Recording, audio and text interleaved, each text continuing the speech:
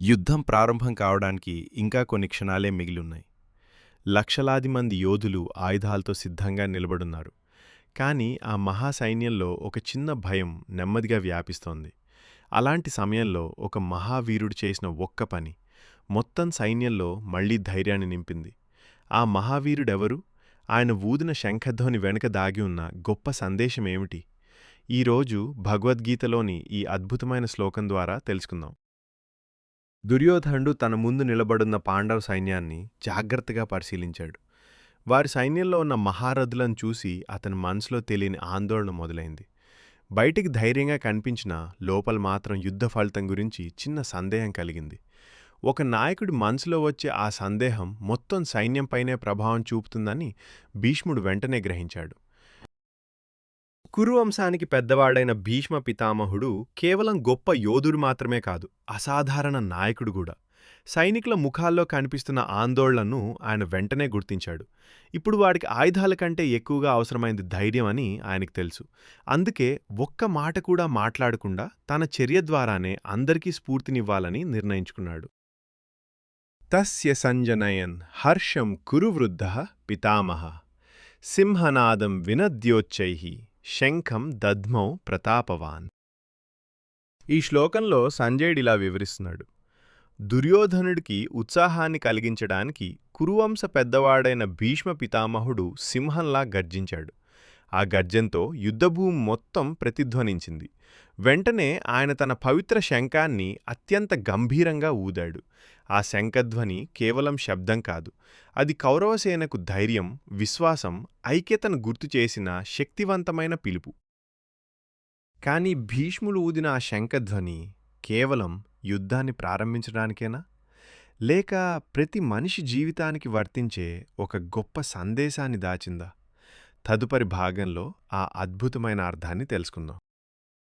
భీష్మ పితామహుడు ఊదిన ఆ శంఖధ్వని యుద్ధభూమి అంతా మారుమ్రోగింది. అది కేవలం ఒక శబ్దం కాదు, ఒక సందేశం. భయపడకండి, నేను మీ ముందున్నాను అని ప్రతి సైనికుడి హృదయానికి చేరిన ధైర్యస్వరం. కొన్ని క్షణాల క్రితం సందేహంలో నిలిచిన యోధుల కళ్లలో ఇప్పుడు నమ్మకం కనిపించింది. చేతుల్లోని ఆయుధాలు మరింత బలంగా పట్టబడ్డాయి. ఒక మహానాయకుడి ఆత్మవిశ్వాసం వేలాది మందిలో కొత్త ఉత్సాహాన్ని రగిలించింది. ఈ శ్లోకం మనకు ఒక గొప్ప నాయకత్వ సూత్రాన్ని నేర్పుతుంది. నిజమైన నాయకుడు భయాన్ని గురించి మాట్లాడ్డు, ధైర్యాన్ని చూపిస్తాడు. భీష్ముడు సైన్యాన్ని ప్రేరేపించడానికి పెద్ద ప్రసంగం చేయలేదు. ఒక్క చర్యతోనే అందరిలో విశ్వాసాన్ని నింపాడు. మన మాటల కంటే మన ప్రవర్తనే ఇతరులపై ఎక్కువ ప్రభావం చూపుతుంది.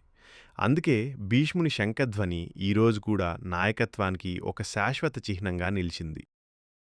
మన జీవితంలో కూడా ఎన్నో కురుక్షేత్రాలు వస్తుంటాయి.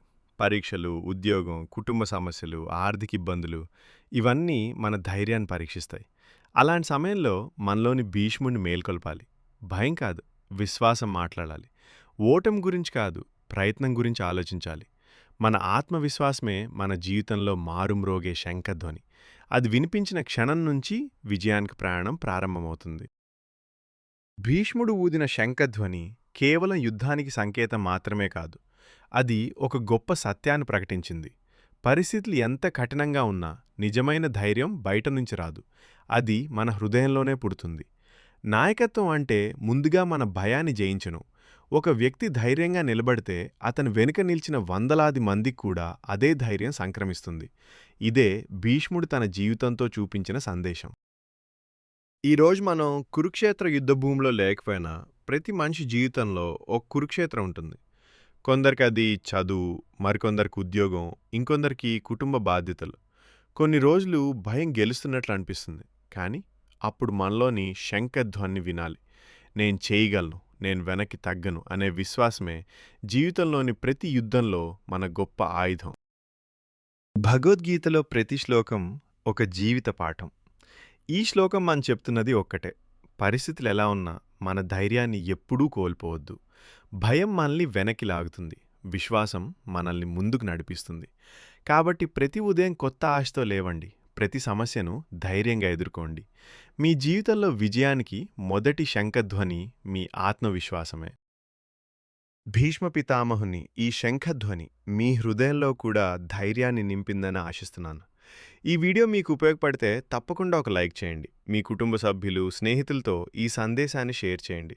ఇలాంటి ప్రతి భగవద్గీత శ్లోకానికి లోతైన అర్థం, జీవిత పాఠాలు మరియు అందమైన వీడియోల కోసం మా ఛానల్ను సబ్స్క్రైబ్ చేసి బెల్ ఐకాన్ నొక్కండి. మనం కలిసి భగవద్గీత జ్ఞానాన్ని ప్రతి ఇంటికి చేరుద్దాం.